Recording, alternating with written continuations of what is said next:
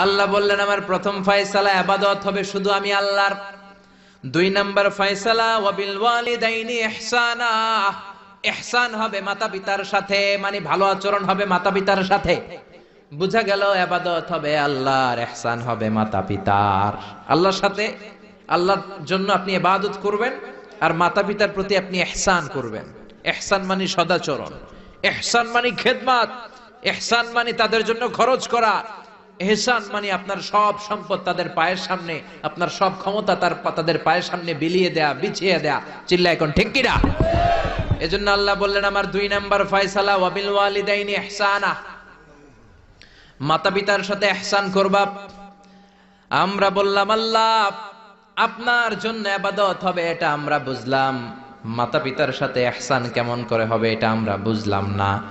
আল্লাহ বললেন ইহসান কাকে বলে যদি না বোঝো তাহলে বুঝে নাও, ইম্মা ইয়াবলুগান্না ইনদাকাল কিবারা আহাদুহুমা আও কিলাহুমা ফালা তাকুল লাহুমা উফ। আল্লাহ নিজেই ইহসানের ব্যাখ্যা দিচ্ছেন। আল্লাহ বললেন ইহসানের প্রথম তাফসীর হলো আব্বা আম্মা একজন কিংবা 2 জন যখন বার্ধক্যে উপনীত হয়ে যায়, যখন বয়সে পৌঁছে যায়, খবরদার তাদের কোনো কাজে তুমি নাক ছিটকাতে পারবা না, তাদের কোনো কাজে নাক ছিটকাতে পারবে না, তাদের কোনো কাজে উহ আহ এমনকি উফ শব্দটাও বলা যাবে না। চিল্লা এখন ঠিক কিনা? কারণ আমরা যখন ছোট ছিলাম বাবা মারে কষ্ট দিয়েছি কি দেই নাই?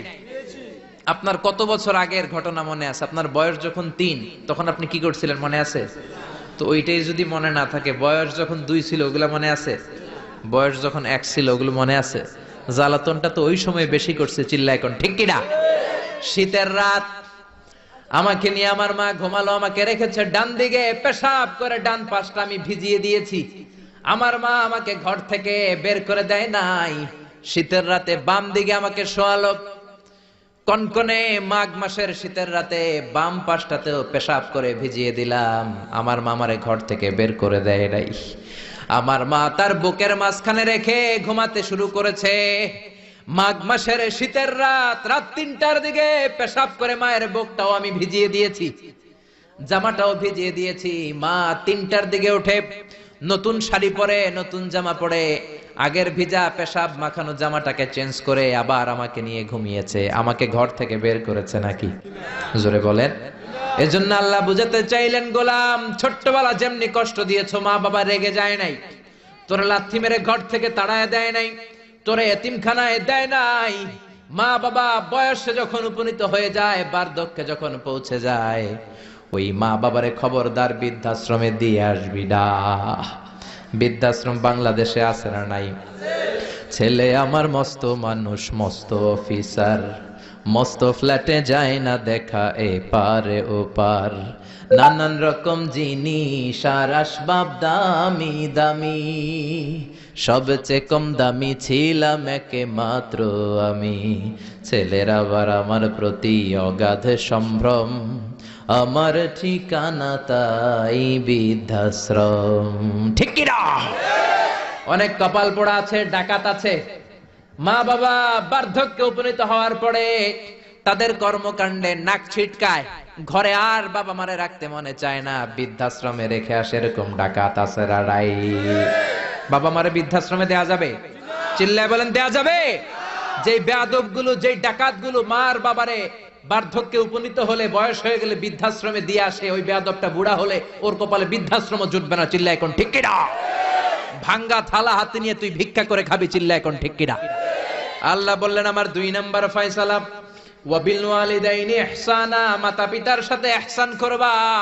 ইহসানের প্রথম ব্যাখ্যা ইম্মা ইয়াবলুগান্না ইনদাকাল কিবারা আহাদুহুমা আও কিলাহুমা ফালা তাকুল লাহুমা উফ। মা বাবার একজন কিংবা 2 জন যদি বার্ধক্যে উপনীত হয়ে যায়, খবরদার মা বাবারে বৃদ্ধাশ্রমে দিও না। মা বাবা পেশাব করে দিতে পারে, পায়খানা করে দিতে পারে, তোমাকে যেমনি পরিষ্কার করে আদর যত্ন করেছে তুমিও পরিষ্কার করবা, মা বাবার খেদমত করবা, তোমার জীবনটারে উজালা করে দিবে কে? আল্লাহ বললেন ইহসানের 2 নাম্বার ব্যাখ্যা ওয়ালা তানহারহুমা, মা বাবারে ধমক দিও না। অনেক বেয়াদব ছেলে মেয়ে আছে, মা বাবার সাথে ঝিড়কি দিয়ে কথা বলে, ধমক দিয়ে কথা বলে, এলাকার লোকদের সাথে যখন কথা বলে, ভদ্র ভাষায় কথা বলে, ঘরে ঢুকলে মায়ের গালি দেয়, আছে না নাই? বাবারে ডাকে বুড়া, মারে ডাকে বুড়ি, আছে না নাই? তুমি কেমন করে মায়ের বুড়ি ডাকো, বাবারে বুড়া ডাকো? তোমার বাপ মা তো বুড়া হয়েছে তোমার কারণে। তোমারে মানুষ করতে যে তোমার মা বাবা তাদের জীবন যৌবন হারিয়েছে। তোমারে মানুষের মতো মানুষ করতে যে তারা তাদের জমি হারিয়েছে। তোমারে বিদেশ পাঠাতে যে তারা তাদের ভিটেমাটি হারা হয়েছে। যেই বাবা মা তোমার জন্য সব কিছু ছেড়েছে, খবরদার ফালা তানহারহুমা, ওই বাবা মারে ধমক দিবা না। কার কথা? চিল্লায় বলেন কার? এরপর আল্লাহ বললেন ওয়ালা তানহারহুমা ওয়া কুল লাহুমা কওলান কারীমা, তাদেরকে ধমক দিবা না, বরং তাদের সাথে ভালো আচরণ করবা, কোমল ভাষায় কথা বলবা। যত ভদ্রতা তুমি জানো, যত কার্টিসি তুমি জানো, যত সফটনেস তোমার জানা আছে, যত ভদ্রতা তুমি শিখেছো, সব ভদ্রতা তুমি ইউজ করবা তোমার মা বাবার সাথে। যত কোমল ভাষা তুমি জানো, যত শুদ্ধ কথা তুমি জানো, সব তোমার মা বাবার জন্য তুমি ইউজ করবা। চিল্লা এখন ঠিক কিনা? এরপরে রাব্বুল আলামিন বললেন ওয়াখফিদ লাহুমা জানাহায যুল্লি মিনার রাহমাতি ওয়া কুর রাব্বিরহামহুমা কামা রাব্বায়ানি সাগীরা, তাদের জন্য রহমতের ডানা বিছিয়ে দাও। তোমার যত ক্ষমতা আছে মা বাবার পায়ের সামনে ঢেলে দাও, যত অর্থ আছে তাদেরকে তুমি বিলিয়ে দাও। আর বাবা মা একজন কিংবা দুইজন যদি দুনিয়া ছেড়ে বিদায় নেয়, তাদের কবরের সামনে দাঁড়িয়ে চোখের পানি ছেড়ে পড়তে আরম্ভ করে দাও রব্বিরহামহুমা কামা রাব্বায়ানি সাগীরা ওয়া কুর রাব্বিরহামহুমা কামা রাব্বায়ানি সাগীরা। ও আল্লাহ, ছোট্টবেলা বাবা মা যেমনি আমার আদর দিয়ে সোহাগ দিয়ে কাছে টেনে নিয়েছে, কিয়ামতের দিন কবরের ভেতরে তুমিও আমার বাবা মারে আদর করে কাছে টেনে নিও। পড়ে না আমিন? চিল্লায় পড়ে না আমিন? এজন্য ইবাদত হবে একজনের, তিনি কে? আর ইহসান হবে কার সাথে? এজন্য মা বাবার দোয়ার দরকার আছে না নাই? পৃথিবীর যত আল্লাহর ওলি আছে, যত পীর সাহেব আছে, সবাই এই পুরো কোরআন খতম করে যদি একটা গ্লাসের পানির মধ্যে ফু দেয়, আর আপনার আম্মা শুধু বিসমিল্লাহ বলে আরেকটা গ্লাসের পানির ভেতরে ফু দেয়, আল্লাহর কসম আপনার মায়ের দোয়াটা আগে কবুল হয়ে যাবে। এজন্য মা বাবার খেদমত করেন। আপনার বড় পীর সাহেব হলো আপনার বাবা, আপনার বড় পীর সাহেব হলো আপনার মা। দুনিয়ার সবাই দোয়া করলে ওই দোয়া মিস হয়ে যেতে পারে, মা বাবা দোয়া করলে মিস হবে নাকি? হবে। অনেক ডাকাইত আছে দেখবেন মাজারের উপরে মশারি দেয়, আছে না নাই? খুঁজে দেখবেন ওর বাপেরে মশায় কামড়ায়, ওর মায়েরে মশায় কামড়ায়, আর ও বাবার দরবারে যে মাজারে মশারি দিয়ে আসছে, এরকম ডাকাইত আছে না নাই? এজন্য খবরদার, মা বাবার সাথে ইহসান করো। বিশ্বনবী মসজিদে নববীতে মিম্বারের এক তলার মধ্যে পা রাখলেন, আওয়াজ করে বললেন আমিন। দ্বিতীয় তলার ভেতরে পা রাখলেন, আওয়াজ করে বললেন আমিন। তৃতীয় স্টেপে পা রেখে বিশ্বনবী পড়লেন আমিন। সাহাবারা বললেন নবী তিনবার আমিন বললেন, কেন বললেন বুঝলাম না। বিশ্বনবী বললেন প্রথম স্টেপে যখন পা রাখলাম, জিব্রাইল এসে বলল রমজান মাস পাওয়ার পরে রোজা রেখে ইবাদত করে যেই বান্দা গুনাহ মাফ করতে পারে নাই, তার উপরে আল্লাহর লানত। আমি বিশ্বনবী পড়লাম আমিন। দ্বিতীয় স্টেপে পা রাখলাম, জিব্রাইল বলল মাতা পিতা পাওয়ার পরে যারা মাতা পিতার খেদমত করে নিজের জীবনের গুনাহ ঝরাতে পারে নাই, জান্নাত কামাতে পারে নাই, তাদের উপরও আল্লাহর লানত। আমি বিশ্বনবী বললাম আমিন। তিন নাম্বার স্টেপে বিশ্বনবী বললেন আমার নাম শোনার পরে আমার যে উম্মত আমার উপর দুরূদ পড়লো না, তাদের উপর আল্লাহর লানত। আমি বললাম আমিন। পড়েন সাল্লাল্লাহু আলাইহি ওয়াসাল্লাম, চিৎকার করে পড়েন সাল্লাল্লাহু। এজন্য মাতা পিতার খেদমতের দরকার আছে না নাই? গোটা বিশ্বটা একদিকে, মায়ের দোয়া আরেকদিকে। চিল্লায় বলেন ঠিক কিনা? আপনি বুলেট মারলে বুলেট মিস হতে পারে, ড্রোন হামলা করলে মিস হতে পারে, মায়ের দোয়া মিস হবে? জোরে বলেন মিস হবে? এক সাহাবী বলল নবী আইয়ুল আমালে আফদাল, সবচেয়ে সেরা আমল কোনটা? বিশ্বনবী বললেন সবচেয়ে সেরা আমল হলো সালাতু ফি ওয়াক্তিহা, সময় মতো নামাজ পড়া। দুই নম্বরে বললেন বিররুল ওয়ালিদাইন, মাতা পিতার খেদমত করা। তিন নম্বরে বললেন আল জিহাদু ফি সাবিলিল্লাহ, আল্লাহর রাস্তায় জিহাদ করা। তার মানে পৃথিবীর শ্রেষ্ঠতম তিনটা আমলের মধ্যে মাতা পিতার খেদমতের আমলটাও আছে না নাই? মাতা পিতার খেদমত এটা সবচেয়ে ভালো আমল। আরেক হাদিসে বিশ্বনবী বললেন এটা জিহাদের চেয়ে বেশি সওয়াবওয়ালা। এক সাহাবী বললেন, নবী আস্তাযিনুকাল জিহাদ, আমি জিহাদে যেতে চাই, অনুমতি দেন। বিশ্বনবী বললেন, তোমার বাবা মা কেউ বেঁচে আছে নাকি? সাহাবী বললেন, বেঁচে আছে। বিশ্বনবী বললেন, ফাফিহিমা ফাজাহিদ, যাও বাবা মার খেদমত শুরু করে দাও। বাবা মার খেদমত করলে ঘরে বসেই জিহাদের সওয়াব পাবা, ঘরে বসেই জিহাদের সওয়াব পাওয়া যাবে। রিদার রাব্বি ফি রিদাল ওয়ালিদ ওয়া সাকাতুহু ফি সাকাতিল ওয়ালিদ, বাবা মা খুশি তো আরশের মালিক খুশি, বাবা মা না খুশ তো আরশের মালিকও না খুশ। চিল্লায় কোন ঠিক কি না?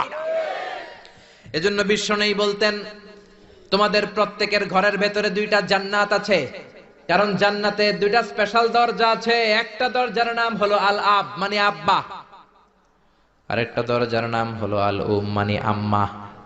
একটা দরজার নাম বাবা আর একটার নাম মা।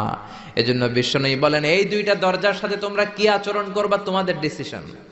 হুমা জান্নাতুকা ওয়া নারুক, বাবা মাই তোমার জান্নাত, বাবা মাই তোমার জাহান্নাম। বাবা মার সাথে ভালো আচরণ করলে 8টা জান্নাতের দরজা তোমার জন্য খুলে দিবে কে? আর খারাপ আচরণ করলে জাহান্নাম আছে না নাই? তোমার বাবা মা যদি কাফের হয়, হিন্দু হয়, বৌদ্ধ হয়, তারপরও ভালো আচরণ করবা, ঠিক কি না? বাংলার জমিনে এরকম অনেক হিন্দু ফ্যামিলি আছে, হিন্দু ইয়াং ছেলে মুফাসসিরে কোরআনের তাফসীর শুনে না হাতে হাত রেখে কালিমা পড়ে মুসলমান হয়ে গেছে, আছে না নাই? কিন্তু মা তো মুসলমান হয় নাই, বাবা তো মুসলমান হয় নাই, বাপ মা হিন্দুই রয়ে গেছে। তো বাপ মা হিন্দু, ছেলে মুসলমান, তুমি কি মা বাবার সাথে খারাপ আচরণ করতে পারবা? কথা বলেন। মা বাবা হিন্দু হোক, নাস্তিক হোক, বৌদ্ধ হোক আর খ্রিস্টান হোক, মা বাবার দোয়া নিতে হবে, আশীর্বাদ নিতে হবে। চিল্লায় কোন ঠিক কিনা? বিশ্বনবীর শালী নাম কি বলেন তো, কেউ জানেন? বিশ্বনবীর শালীর নাম কি? আসমা। মাশাআল্লাহ, আসমা বিনতে আবি বকর বিশ্বনবীর শালী। উনি মুসলিমা, কিন্তু উনার মা ছিল মুশরিকা। বিশ্বনবীরে বললেন, নবী আমি মুসলিমা কিন্তু আমার মা মুশরিকা, কাফেরা, এখন আমি কি করব? আমার মায়ের সাথে কি ভালো আচরণ করব নাকি? বিশ্বনবী বললেন, খবরদার, মা মুশরিক হোক কাফের হোক তারপরেও তোমার মা, ঠিক কি না? সিলিহা, দোয়া নাও, ভালো আচরণ করো, সম্পর্কটারে মিলায় রাখো, তোমার জান্নাতে ঢুকাই দিবে কে? 3 জিনিসের দিকে তাকালেই সওয়াব। 3টা জিনিসের দিকে তাকানোর সাথে সাথে আপনার আমলনামায় সওয়াব দিবে কে? 1 নাম্বার নাযার ইলাল কোরআন, কোরআনের দিকে যখন নজর করে তাকাবেন আপনার আমলনামায় সওয়াব দিবে কে? সুবহানাল্লাহ কইতে মনে চায় না? 2 নম্বরে কাবা, কাবার দিকে তাকালে সওয়াব দেয় কে? 3 নম্বরে নাযার ইলা ওয়াজহিল ওয়ালিদাইন, মাতা পিতার চেহারার দিকে নজর করে তাকালে সওয়াব দেয় কে? এজন্য বিশ্বনবী বললেন, সালাসু দাওয়াতিন মুস্তাজাবাত, 3 ব্যক্তির দোয়া কোনদিন আল্লাহ ফিরায় না। 1 নম্বরে দাওয়াতুল মুসাফির, মুসাফিরের দোয়া। আপনি সফর করেন না মাঝে মাঝে, কক্সবাজারে যাচ্ছেন, সিলেট যাচ্ছেন, এই যে গাড়ির মধ্যে বসে আছেন, ওই সময় আপনি দোয়া করবেন বেশি বেশি। ওই সফর অবস্থায় দোয়া করলে ওই দোয়া কবুল করে কে? 2 নম্বরে দাওয়াতুস সাইম, রোজা রেখে দোয়া করলে কবুল করে কে? 3 নম্বর দাওয়াতুল ওয়ালিদাইনি লিওয়ালাদিহি, মাতা পিতা যখন চোখের পানি ছেড়ে হাত 2টা তুলে আল্লাহর কাছে ছেলে মেয়েদের জন্য দোয়া করে, ওই দোয়াটাও কবুল করে কে? এজন্য সবার আগে দোয়া চাইবেন মা বাবার কাছে। কার কাছে? আমাদের কাছে অনেকে দোয়া চায়, আমরা বলি আরে তোমার মায়ের কাছে চাও, তোমার আব্বার কাছে চাও। আমার দোয়া তোমার জন্য কবুল হতেও পারে, নাও হতে পারে, কিন্তু তোমার মা তো তোমার জন্য মুস্তাজাবুদ দাওয়া, তোমার বাবা তো তোমার জন্য মুস্তাজাবুদ দাওয়া। তোমার মা হাতটা তোলার সাথে সাথেই কবুল। চিল্লায় এখন সুবহানাল্লাহ। একজন বাবা এবং মা ছেলে মেয়েদের জন্য কতটা কষ্ট সহ্য করে, কতটা জ্বালা যন্ত্রণা সহ্য করে, বাবা মা না হওয়ার আগে এটা কেউ বুঝবে না। আপনি শুধু ওয়াজ শুনতে পারবেন, কিন্তু বুঝবেন তখন যখন একটা ছেলে হবে, যখন একটা মেয়ে হবে, ঠিক কি না? এজন্য বিশ্বনবী বলতেন, আল জান্নাতু তাহতা আকদামি উম্মাহাতিকুম, ও দুনিয়ার মানুষেরা শোনো শোনো, যেই জান্নাতের জন্য তোমরা পাগল, যেই জান্নাতের বর্ণনা শুনলে তোমাদের হৃদয় ঠান্ডা হয়ে যায়, যেই জান্নাতে যাওয়ার জন্য তোমরা ইবাদত করো, ওই জান্নাত থাকে তোমাদের মায়ের পায়ের তলায়। এই দুনিয়ার পুরুষ মানুষদের পায়ের নিচে থাকে জুতা, জুতার নিচে থাকে বালি, আর এই দুনিয়ার এক একটা মহিলার পায়ের নিচে থাকে তার ছেলে মেয়েদের জান্নাত। ওগো মা তুমি এই ধরনের শ্রেষ্ঠ নেয়ামত তোমারই পদ তলে রয়েছে জান্নাত। ও গো মা তুমি এই ধরনের শ্রেষ্ঠ নেয়ামত, তোমারই পদ তলে রয়েছে জান্নাত। সুবহানাল্লাহ পড়েন। এই পৃথিবীটারে 100 বার বিক্রি করলে যে টাকা হবে, ওই টাকা দিয়া জান্নাতের একটা চেয়ারের দাম হবে? সবাই বলেন হবে না। আচ্ছা, এই পৃথিবীটারে 5000 বার বিক্রি করলে যেই মূল্য বা টাকা পাওয়া যাবে, ওই টাকা দিয়া জান্নাতের একটা টেবিল কিনা যাবে? আর যেই 8টা জান্নাত মায়ের পায়ের নিচে পড়ে আছে, ওই পা দুইটার দাম আল্লাহর কাছে বেশি না কম? জোরে বলেন বেশি না কম? এই জন্য এক সাহাবী বললেন, নবী মান আহাক্কু বিহুসনি সাহাবাতি ইয়া রাসূলুল্লাহ, এই দুনিয়ায় এত মানুষ, এত বন্ধু, এত সাহাবী, এত লোক, কার সাথে ভালো আচরণ করব? বিশ্বনবী বললেন, উম্মুকা, তোমার মায়ের সাথে, সুম্মা মান, তারপরে কার সাথে? তোমার মায়ের সাথে, তারপরে কার সাথে? তোমার মায়ের সাথে। 3 বার। আর এক হাদিসে আছে 4 বার বললেন তোমার মায়ের সাথে, 5ম বার বললেন তোমার পিতার সাথে। সুবহানাল্লাহ। মায়ের মর্যাদা 4 গুণ বেশি। কয় গুণ? এর কারণ আল্লাহ কোরআনে বলে দিলেন সূরা লোকমানে, হামালাথু উম্মুহু, মায়ের মর্যাদা এত বেশি হওয়ার কারণ হলো, বাবা তোমারে পেটে ধরে নাই, পেটে ধরেছে কে? ওয়াহানানা আলা ওয়াহান, 10 মাস 10 দিন বাবা কষ্ট সহ্য করে নাই, করেছে কে? ওয়াফিসালুহু ফি আমাইন, 2 বছর বাবা তোমারে দুধ খাওয়ায় নাই, দুধ খাওয়ালো কে? কত লিটার দুধ, কত গ্যালন দুধ, কত কেজি দুধ মায়ের বুক থেকে আপনি খেয়ে খেয়ে সাবার করছেন 2 বছরে, কোনো হিসাব আছে? জোরে বলেন। বিশ্বনবী বললেন, লাউ কাতাআতা জিলদাক, তোমার চামড়াটা কেটে কেটে রোদে শুকিয়েও যদি মায়ের 2 পায়ের 2টা জুতা বানিয়ে দাও, ছোট্টবেলায় 1 ঢোক দুধ যে তুমি খেয়েছো, সেই 1 ঢোক দুধের শোধ আদায় হবে নাকি? মায়ের একেধারে দুধের দাম, কাটিয়া গায়ের চাম, পাপোশ বানাইলেও ঋণের শোধ হবে না। এমন দরদি ভাবে কেউ হবে না আমার মা গো, এমন দরদি ভাবে কেউ হবে না আমার মা গো। পড়েন না আল্লাহু আকবার। বিশ্বনবীর সাহাবী নাম হলো আলকামা। কি নাম? সবাই বলেন কি নাম? আলকামা বিশ্বনবীর সাহাবী। ইন্তেকালের আগে আলকামার জিহ্বা দিয়ে কালেমা বের হয় না। 3 দিন যাবত বিছানায় পড়ে আছে, মুমূর্ষ, মরে যাবে, কিন্তু জিহ্বা দিয়ে কালেমা বের হয় না। বিশ্বনবী বলেছেন, লাকিনু মাউতাকুম লা ইলাহা ইল্লাল্লাহ, তোমরা মরণের আগে তোমাদের মুমূর্ষ রোগী মৃতদের সামনে লা ইলাহার তালকিন দাও। যখন দেখবেন আপনার চাচার রুহুটা বের হয়ে যাচ্ছে, দাদার রুহুটা বের হয়ে যাচ্ছে, বাবার রুহু বের হয়ে যাচ্ছে, তার শিওরের সামনে, কানের সামনে বসে পড়তে আরম্ভ করবেন, লা ইলাহা লা ইলাহা ইল্লাল্লাহু মুহাম্মাদুর রাসূলুল্লাহ সাল্লাল্লাহু। কিন্তু বলবেন না এই কালেমা পড়ো, কালেমা পড়ো, কালেমা পড়েন, কালেমা পড়েন, এগুলো বলবেন না, শুধু তালকিন দিবেন।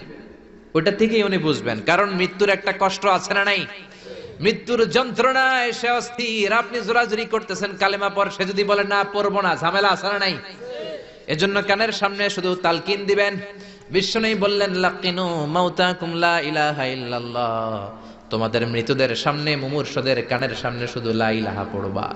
ওনার বিবি, ওনার আত্মীয়রা আলকামা নামক সাহাবীর কানের সামনে লা ইলাহা পড়ে 3 দিন ধরে কালেমা বের হয় না।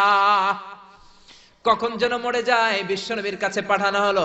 বিশ্বনবী সুহাইব আর বেলাল 2 জন সাহাবীকে পাঠালেন, তারা যেও কালেমার তালকিন দিল, কিন্তু মুখ দিয়ে কালেমা বের হয় না। বিশ্বনবী আলকামার বিবিরে ডেকে পাঠালো, বিবি, আলকামার বিবি, তোমার স্বামী কেমন ছিল? বলে, আমার স্বামী অনেক বড় আল্লাহর ওলি ছিল, নামাজ ছাড়তো না, তেলাওয়াত ছাড়তো না, জিকির ছাড়তো না। বিশ্বনবী বললেন, আলকামার বাবা মা কেউ বেঁচে আছে নাকি? বিবি বলে, আলকামার মা বেঁচে আছে, ডাকো। আলকামার মা আসার পরে বিশ্বনবী বললেন, আপনার ছেলে কেমন ছিল? নামাজ পড়তো নাকি, রোজা করতো নাকি, জিকির করতো নাকি? আলকামার মা বলে, সবই করতো। আপনার সাথে কেমন আচরণ করতো? এটা বলার পরে মার কথা বলে না, শুধু চোখের পানি ছাড়ে। আলকামার মা বলে, নবী, আলকামার ব্যাপারে আমার মনে অনেক দুঃখ, কোনদিন আমার কথা শুনে নাই, শুধু বিবির কথা শুনতো, বউরে প্রাধান্য দিত, আমার যত্ন নিত না, আমার কথা বেশি শুনতো না, এজন্য আমার মনে আলকামার ব্যাপারে অনেক জ্বালা। বিশ্বনবী বললেন, আপনার ছেলেরে মাফ করে দেন, রাগের চোটে আলকামার মা বলে, না আমি মাফ করব না। বিশ্বনবী বললেন, ও সাহাবারা, লাকড়ি আনো, আগুন জ্বালাও, আলকামারে আমরা আগুনের উপর নিক্ষেপ করব। আগুন জ্বালানো হলো, সব সাহাবারা আলকামাকে ধরে আগুনের মধ্যে ফেলবে। ইন দা মিন টাইম দুঃখিনী মা বিশ্বনবীর পায়ের সামনে এসে বলে, ও নবী, আমার কলিজার টুকরাটারে আগুনে ফেলবেন না। ও নবী, আমার মনে আর কোনো জ্বালা নাই, আমার মনে আর কোনো দুঃখ নাই। আলকামা তো আমার নার ছেড়া ধন। 10 মাস 10 দিন আমার পেটে ছিল, আমার দেহ থেকে নিউট্রিশন নিয়ে, খাদ্য পুষ্টি নিয়ে আলকামা বড় হয়েছে। বেয়াদবি করেছে, কি হয়েছে? আমি আলকামারে মাফ করে দিলাম গো নবী। আলকামার মা, আলকামা শিওরের সামনে দাঁড়িয়ে যখন মাফ করার ঘোষণা দিয়েছে, বিশ্বনবী সাক্ষী, সাহাবারা দাঁড়িয়ে আছে। আলকামা চিৎকার করে পড়তে আরম্ভ করলো, লা ইলাহা ইল্লাল্লাহু মুহাম্মাদুর রাসূলুল্লাহ সাল্লাল্লাহু আলাইহি ওয়াসাল্লাম। আল কালিমা তাইয়্যিবা চিৎকার করে পড়ার সাথে সাথে তার রূহ কবজ হয়ে গেল। চিল্লায় পড়েন আল্লাহু আকবার। এজন্য মায়ের দোয়া বড় দোয়া, বাবার দোয়া বড় দোয়া। মা বাবা দোয়া করলেও কবুল, বদদোয়া করলেও কবুল। মা বাবার শুধু যদি দোয়াটাই কবুল হতো তাহলে টেনশন নাই, দোয়া করে না তো কি হয়েছে। কিন্তু বদদোয়া করলেও কবুল করে নেয় কে? আল্লাহ। দোয়া করলেও কবুল, বদদোয়া করলেও। সাইয়েদনা ইব্রাহিম আলাইহিস সালাম সাইয়েদনা ইসমাঈল আর হাজরাকে, আরবিতে নাম হলো হাজার, রেখে গেলেন মক্কায়।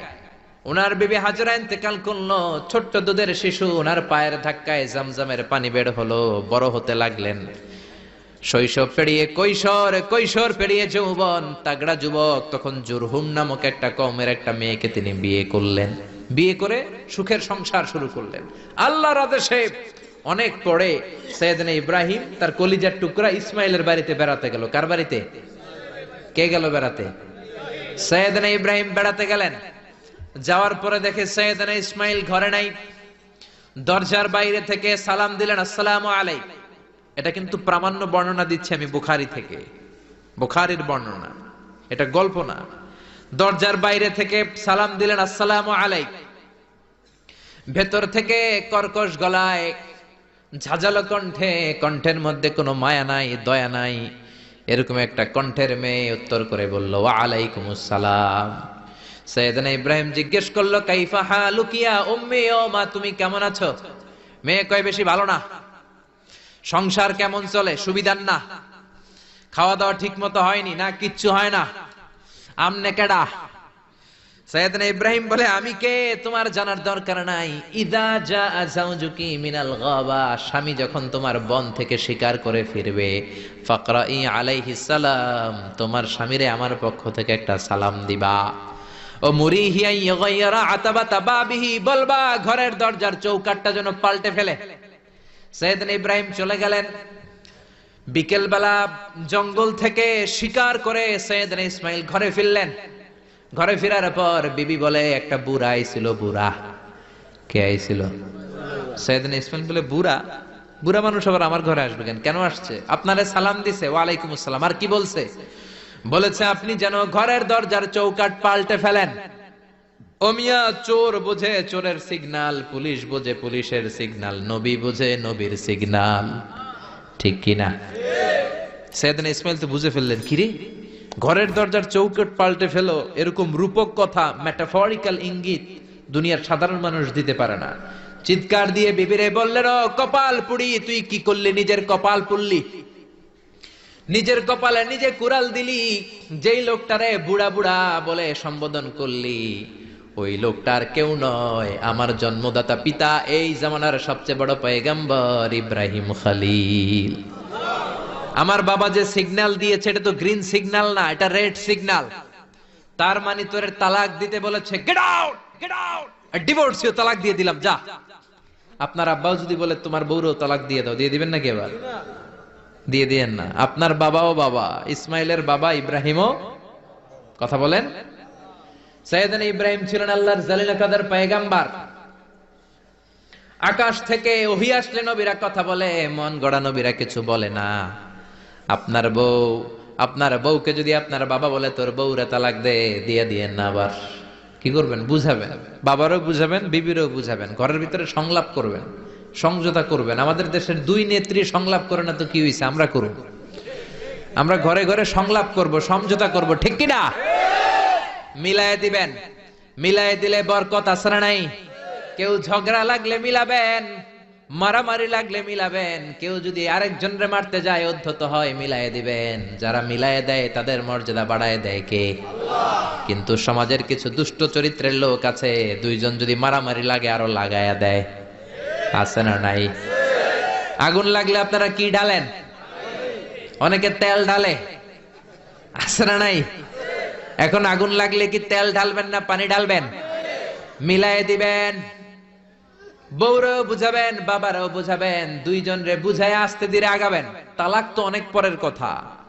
ইসলামের দেয়া অনুশাসন যদি আমরা মেনে চলি, কোনোভাবেই তালাক হবে না। স্বামীকে আল্লাহ কিছু দায় দায়িত্ব দিয়েছেন, স্ত্রীকে আল্লাহ কিছু দায় দায়িত্ব দিয়েছেন। এই দুইটা দায়িত্ব যে কত গুরু দায়িত্ব, গোটা বিশ্বব্যাপী এই দায়িত্বের মধ্য দিয়ে বিশ্বটা চলে। পৃথিবীর প্রথম স্বামী ছিলেন সাইয়েদনা আদম, পৃথিবীর প্রথম বউ ছিল হাওয়া। সেখান থেকে স্বামী স্ত্রীর এই জীবন আছে না নাই? স্বামী আর স্ত্রী বানায় যেজন মিস্ত্রি, সে বড় আজব কারিগর, ঠিক কিনা? স্বামী আর স্ত্রী বানায় যেজন মিস্ত্রি, সে বড় জটিল কারিগর।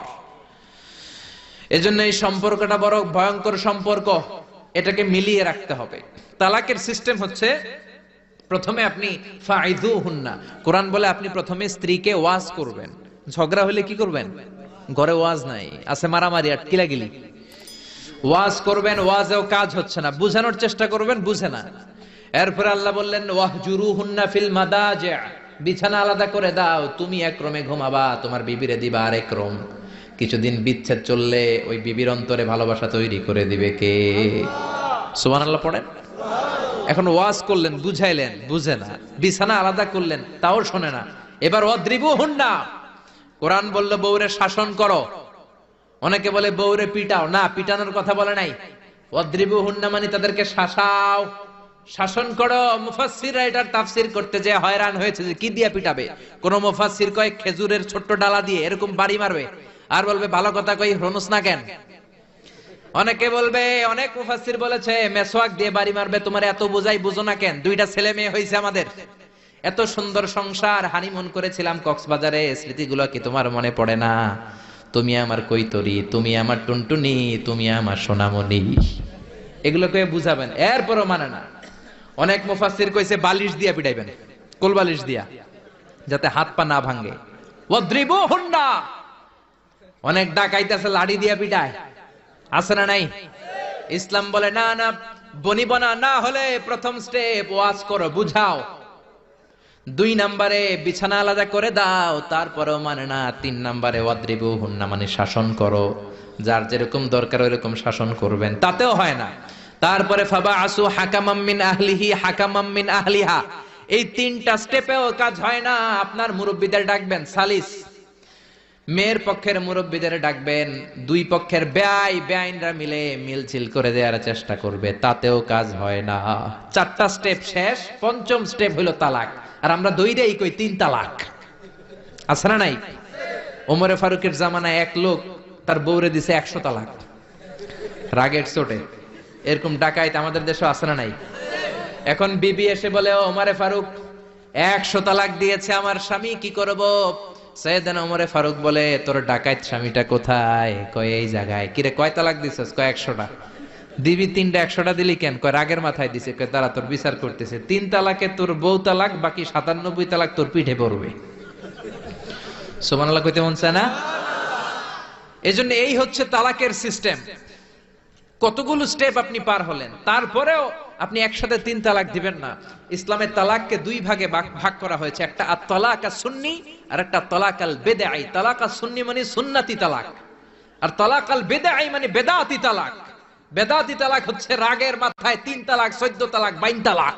কিন্তু তালাক সুন্নি, সুন্নাত সম্মত তালাক হচ্ছে আপনার বিবি যখন পবিত্র, মানে যখন পিরিয়ড হচ্ছে না, ওরকম একটা পবিত্র সময় তারে আপনি তালাক দিবেন। 1 মাসের সময় আছে, একটা তালাক দিবেন, 1 মাসের ডিউরেশন, এর মধ্যে বিবির আবার নিয়ে আসতে পারবেন, কোনো সমস্যা নাই। সুবহানাল্লাহ পড়েন। 1 মাস পরেও মানে না, এরপরে দিবেন দ্বিতীয় মাসের দ্বিতীয় তালাক, তার মানে আরো 1 মাস, মোট কয় মাস? 2 মাস পরেও মিলমিশ হয় না, তারপরে তৃতীয় মাসে তালাক দিলেন। এই 3 তালাক দেওয়ার পরে বিবি আবাদুল আবাদ আপনার জন্য হারাম হয়ে গেল। কত সুন্দর স্টেপ মেনটেন করে কত দূরে তালাক, আর আমরা দইরেই কই তালাক। এজন্য খবরদার। সাইয়েদনা ইসমাইল বললেন, কপাল পুল্লি তুই, যারে বুড়া বলে গালি দিলি আসলে বুড়া নয়, এই লোকটাই আমার বাবা ইব্রাহিম খালিল। আমার বাবা বলেছে তোরে তালাক দিতে, গেট আউট, গেট আউট, তালাক দিয়ে দিলাম তোরে, যা ভাগ। বউ শেষ, নতুন বিয়ে করলো, নতুন সুখের সংসার। 3 বছর পর সাইয়েদনা ইব্রাহিম আবার ছেলের বাড়িতে বেড়াতে আসলেন। আজকেও সাইয়েদনা ইসমাইল ঘরে নাই। সাইয়েদনা ইব্রাহিম আজকে সালাম দিলেন, আসসালামু আলাইক। সাইয়েদনা ইব্রাহিম সালাম দিলেন। আজকে ঘরের ভেতর থেকে জাদুমাখা কণ্ঠে, মধুমাখা কণ্ঠে, সুরেলা কণ্ঠে একটা মেয়ে বলল, ওয়া আলাইকুমুস সালাম। সাইয়েদনা ইব্রাহিম বললেন, কাইফা হালুকি ইয়া উম্মি মা, কেমন আছো? মেয়েটা বলে, আলহামদুলিল্লাহ আলা কুল্লি হাল, সব সময় আলহামদুলিল্লাহ। সব সময় কি? তোমাদের জীবন যাপন কেমন চলে? খুব ভালো চলে। তোমার স্বামী কই? বনে গিয়েছে। এবার মেয়েটা বলে, আপনি কে? সাইয়েদনা ইব্রাহিম বলে, আমার পরিচয় দেব না। মেয়েটা বলে, আপনার পরিচয় না দিল আপনার সাথে কথা বলবো না। আমরা স্বামী স্ত্রী 2 জন থাকি মরুভূমির মাঝখানে, আমাদের খোঁজ খবর নেওয়ার কেউ নাই। আপনি কে? এরকম দিল দরিয়ার একজন মুরব্বী, আমাদের খোঁজ নিতে আসলেন, আপনার পরিচয়টা আপনি বলেন। সাইয়েদনা ইব্রাহিম তার পরিচয় দেয় না। মেয়ে বলে, পরিচয় না দিলে আমি কথাও কই না। বাধ্য হয়ে ঘরের ভিতরে ঢুকলেন। জোর করে মেয়েটা সাইয়েদনা ইব্রাহিমকে ঘরে ঢুকালেন, রুটি বানিয়ে খাওয়ালেন, গোশত খাওয়ালেন, খেজুর খাওয়ালেন, শরবত খাওয়ালেন। ও মিয়া, আগেরটাও মাইয়া, এইটাও পার্থক্য আছে না নাই? মেয়েটা বলে, আমার জন্য দোয়া করেন। সাইয়েদনা ইব্রাহিম চোখের পানি ছেড়ে দোয়া করে দিলেন, মেয়েটার মাথায় হাত বুলিয়ে দিলেন, আর বললেন, ইদা জাআ যাওজুক মিনাল গাবা, তোমার স্বামী যখন বন থেকে আসবে, ফাকরাই আলাইহিস সালাম, তোমার স্বামীর আমার পক্ষ থেকে সালাম দিবা। ওয়া মুরিহি আইয়ুসবিতা আতাবাতা বাবিহি, আর বলবা আমি বলছি ঘরের দরজার নতুন চৌকাট যেন জীবনেও না পাল্টায়। সুবহানাল্লাহ। ঘরের দরজার এই নতুন চৌকাটটা যেন কোনোদিন। সাইয়েদনা ইসমাইল ফিরে আসলেন। আসার পরে বিবি বলে, একজন মুরব্বী এসেছিল, নুরানি চেহারার একজন মুরব্বী। মুরব্বী শুই না, সাইয়েদনা ইসমাইল তো ভয় পেয়ে গেছেন, লাফ দিয়ে উঠছে, কি মুরব্বী? কেমন আচরণ করেছিলি বল? কারণ আগের একটা তিক্ত অভিজ্ঞতা আছে না নাই? ভাবছে আজকেও কোনো গন্ডগোল হইল নাকি। বিবি বলে, না, আপনি রাখবেন না, আপনি চিন্তিত হবেন না, আমি অনেক আপ্যায়ন করেছি, অনেক সাদর সম্ভাষণ দিয়েছি। উনিও আমার মাথায় হাত বুলিয়ে চোখের পানি ছেড়ে ছেড়ে আমার জন্য দোয়া করেছে, আর আপনারা সালাম বলেছে, আর আপনাকে বলতে বলেছে ঘরের দরজার নতুন চৌকাটটা যেন জীবনেও কোনো দিন না পাল্টা। সাইয়েদনা ইসমাইল আল্লাহু আকবার বলে চিৎকার করে উঠলেন, বিবিকে বুকে জড়িয়ে ধরলেন, বললেন, ও বিবি, তুই তো গোল্ডেন এ প্লাস। তুই কি? তুই তো গোল্ডেন এ প্লাস, তুই তো 100তে 100 পাইলি। তোর কপালটা নুরানি হয়ে গেল, উজালা হয়ে গেল। যেই বয়স্ক লোকটা এসে এই কথাটা বলেছে, বয়স্ক লোকটা আর কেউ না, তোর শ্বশুর, আমার বাবা ইব্রাহিম খালিল। আর যেই কথা বলেছে, এই কথাটার মানে হলো তোরে যেন আমি তালাক না দেই, তোর হাতটা যে আমি ধরলাম, এই হাত ধরেই যেন তোরে নিয়ে জান্নাতে ঢুকে যায়। আল্লাহু আকবার। এজন্য বাবার দোয়া, মায়ের দোয়া যার জীবনের মধ্যে আছে, তার জীবনে কোনো ভয় আছে নাকি? জোরে বলেন, কোনো ভয় আছে? এজন্য দোয়া নিবেন বাবার কাছ থেকে, মায়ের কাছ থেকে। সাইয়েদনা মুসা আলাইহিস সালাম আল্লাহরে বললেন, আল্লাহ, মাইয়াকুনু জালিসি ইয়াউমাল কিয়ামা, কিয়ামতের দিন বিচারের শেষে বনি ইসরাইলের আমি বড় পয়গম্বর মুসা যখন জান্নাতে যাব, কে আমার সাথে জান্নাতি হবে? আল্লাহ বললেন, সাহিবুকা ফিল জান্নাতি জাজ্জার, তোমার সাথে জান্নাতে ঢুকবে বনি ইসরাইলের একজন কসাই। কে? কসাই। সুবহানাল্লাহ কইবেন না? একজন কসাই যাবে। মুসা আলাইহিস সালাম বললেন, কি রে, আমি এত বড় নবী, কোন নবী যাবে না আমার সাথে, কোন ওলি যাবে না, কোন হাফেজে কোরআন যাবে না, কোন আলেম যাবে না, কসাই যাবে কেন? আল্লাহ বললেন, দেখে আসো কেন যাবে কসাই। সাইয়েদনা মুসা আলাইহিস সালাম কসাইয়ের দোকানে গেলেন, দেখলেন না কসাইয়ের স্পেশাল কোনো আমল তো দেখা যায় না, খালি গোশত কোপায়। কি কোপায়? সারাদিন গোশত বিক্রির পরে বিকেলবেলা সবচেয়ে চমৎকার গোশতের একটা টুকরা নিয়ে কসাই দোকান বন্ধ করে বাড়িতে যায়। সাইয়েদনা মুসা আলাইহিস সালাম ছদ্মবেশে কসাইয়ের পেছনে পেছনে যায়। কসাই ঘরে ঢুকার পরে সাইয়েদনা মুসা আলাইহিস সালাম ঘরে নক করা শুরু করলেন।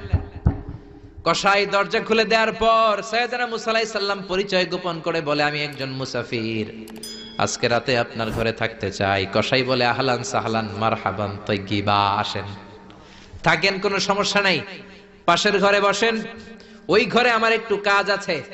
পাশের ঘরে যে মাচা থেকে একটা বৃদ্ধা মহিলাকে নামিয়ে নিজ হাতে গোসল করিয়ে গোশত কেটে রান্না করে রুটি দিয়ে মহিলাটারে খাওয়ানোর পর মহিলাটা হাতের মধ্যে আঁচলটা টেনে চোখের পানি ছেড়ে বিড়বিড় করে কি যেন দোয়া করে।